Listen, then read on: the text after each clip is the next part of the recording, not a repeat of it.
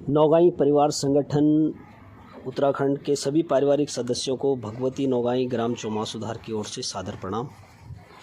आज मैं आपके साथ कुछ इम्पोर्टेंट मुद्दे पर बात करने आया हूँ, जिसको कि मैं अपनी ऑडियो और जो एक आप वीडियो देख रहे हैं, जो बैकग्राउंड में वीडियो चल रहा है, ये देवभूमि उत्तराखंड के अंतर्गत कोटद्वार में कण्व ऋषि जी की तपोभूमि और राजकुमार भरत, जिनके नाम पर हमारे देश का नाम भारतवर्ष पड़ा, जिन्होंने बचपन में ही शेर के दांत गिन लिए थे, जिसका कि वेदों में भी वर्णन है। तो उसकी वीडियो इसलिए कि आप लोग मेरी बातों से बोर ना हो जाओ, वो वीडियो इसलिए है। बाकी जो पूरी वीडियो आपको अगर देखनी होगी, उसका पूरा इतिहास के साथ अगर आप मुझे कमेंट करके बता देना, वो मैं भाग 2 में आप लोगों तक शेयर करूंगा, आप लोगों के लिए कोशिश करूंगा। यूट्यूबर तो नहीं हूँ, लेकिन आप लोगों के वीडियो के माध्यम से दर्शन करवाने की कोशिश करूंगा। तो आज हम बात करते हैं मुद्दे की। तो आज का विषय है कि रक्तदान शिविर में हम सभी पारिवारिक सदस्यों का सहयोग। जैसे कि मैं समझता हूँ कि हमारे सभी भाइयों के दिल में एक जुनून है कि हम अपने परिवार के लिए कुछ करें। जैसे कि अभी हाल ही में कैंप लग रहा है रक्तदान का, तो उसमें भी कई भाई लोगों का दिल है कि हम अपने परिवार के लिए करें, अपने उसके लिए रक्तदान करें। लेकिन करें कैसे? क्योंकि जो है दूर दराज एरिया में हम बैठे हुए हैं, तो हम यहाँ से कैसे करें? तो इन्हीं सब बातों को, इन्हीं सब प्रॉब्लमों को सॉल्व करके कुछ मेरे सवाल हैं, कुछ जवाब हैं, तो उनके लिए मैं आपके बीच साझा कर रहा हूँ। आशा ही नहीं, मैं पूर्ण विश्वास है मुझे कि आपको मेरी बातें पसंद आएंगी और उन पे अमल भी करोगे। तो जो पहला पॉइंट है मेरा, कि जितना भी हो सके सभी सदस्य अपना ग्रुप में जो है सक्रिय रहें, अपनी प्रतिक्रिया दें, कम से कम अपनी हाज़िरी लगाएं वहाँ पे कि हाँ, संगठन में मैं भी हूँ, मैं भी मैसेज पढ़ता हूँ। तो वहाँ पे आप सक्रिय रहें। पूरी कोशिश करें कि जितना हो सके ज़्यादा से ज़्यादा लोग शिविर में पहुँचने की कोशिश करें और रक्तदान करें। अगर आप रक्तदान करने के लिए असमर्थ हैं, कहीं दूर दराज इलाके में हैं और रक्तदान शिविर में नहीं पहुंच सकते हो, तो आप ऐसा भी कर सकते हो कि ज़रूरी नहीं है वो नौगाई हो, कोई भी आपका रिलेशन में हो, जानकार हो, कोई दोस्त हो, तो आप उसे मोटिवेट कर सकते हैं। और जो वहाँ अगर रक्तदान शिविर के नज़दीक है, तो उसे वहाँ भेजने का कष्ट कर सकते हैं आप। नेक्स्ट है कि जब तक रक्तदान शिविर ख़त्म नहीं हो जाता, हम सभी का फोकस है उसी पे रखनी है, रक्तदान पे ही। जो भी बातें होंगी अभी रक्तदान शिविर पे ही होंगी, जो भी पॉइंट होगा सारी बातें इसी चीज़ पे चलेंगी जब तक ये हमारा, क्योंकि हमारे परिवार के लिए एक चुनौती के रूप में है, हमें इसे सफल बनाना है। उसके लिए हमें पूरा फोकस हर सदस्य को रक्तदान पे लगाना है।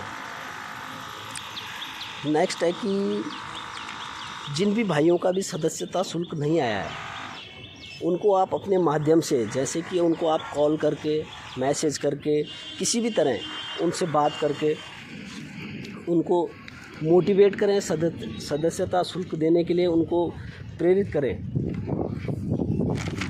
नेक्स्ट आता है यहाँ पे कि जो देखने को आता है कि जितने भी संगठन में हमारे कुछ बुज़ुर्ग लोग, सीनियर सिटीज़न लोग, बुज़ुर्ग नहीं बोलूँगा मैं उन्हें, वो हमारे सीनियर सिटीज़न हैं, जब हम उनसे बातें करते हैं तो ऐसा लगता है कि एक जैसे हम दोस्त जैसे बातें कर रहे हैं। तो जो हमारे सीनियर लोग हैं, उनका मार्गदर्शन हमारे साथ इतना है कि उनकी बदौलत आज जो हमारे युवा साथी जो हैं आगे बढ़ रहे हैं, परिवार के लिए कुछ करना चाहते हैं, उनका हौसला बहुत बढ़ रहा है। तो आप मौन न रहें और उनको देखते हुए आप लोग भी आगे से आगे आने की कोशिश करें।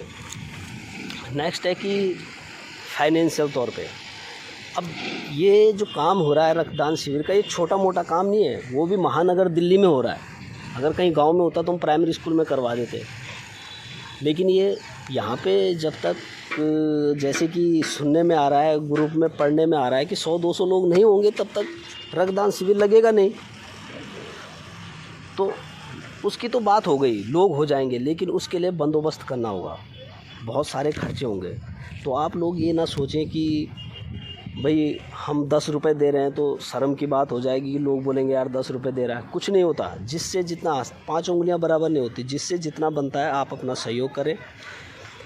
एक कहावत है कि जब जेब में पैसा होता है तो इंसान का कद भी ऊंचा होता है, जब जेब भारी होती है तो इंसान का कद भी भारी होता है।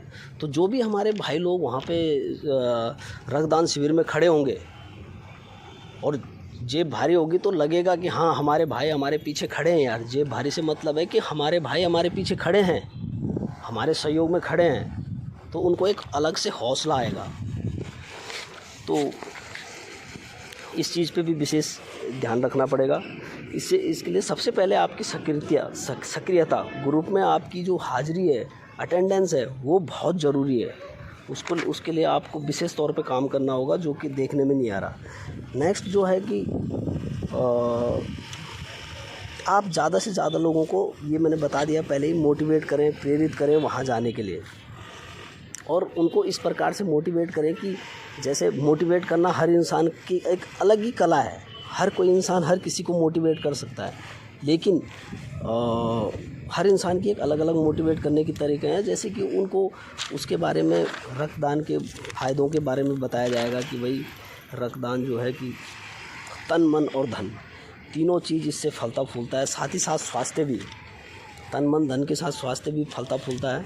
जैसे कि कई बार मेरे मन में भी सवाल थे कि मैं कमज़ोर हूँ, मैं रक्तदान करूँगा, कहीं और कमज़ोर हो गया, लेकिन हमारे यहाँ तो बाई ऑर्डर नाम आता है कि कल भाई 8 बजे फ़लाँ टाइम पे फ़लाँ जगह पे पहुँच जाना। वो सेहत नहीं देखते, कुछ नहीं देखते, नॉमिनल रोल में टिक करते हैं बस नाम। तो हम जब गए तो हमने भी रक्तदान किया, हमें बहुत अच्छा लगा। उसके बाद बहुत अच्छी फीलिंग आई।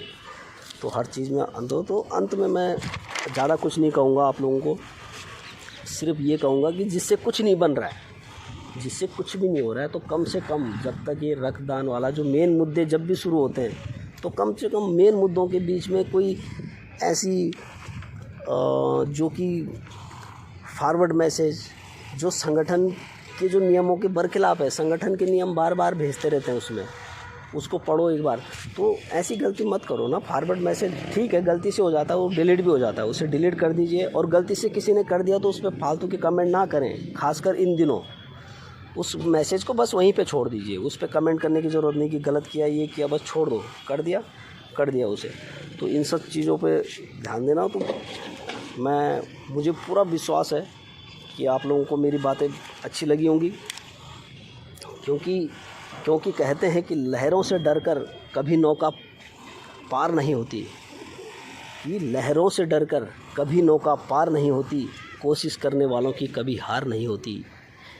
तो मैं अपनी वाणी को यहीं पे विराम देता हूँ। धन्यवाद। जय हिंद, जय भारत, वंदे मातरम, जय उत्तराखंड, जय हो नौगाई परिवार संगठन की।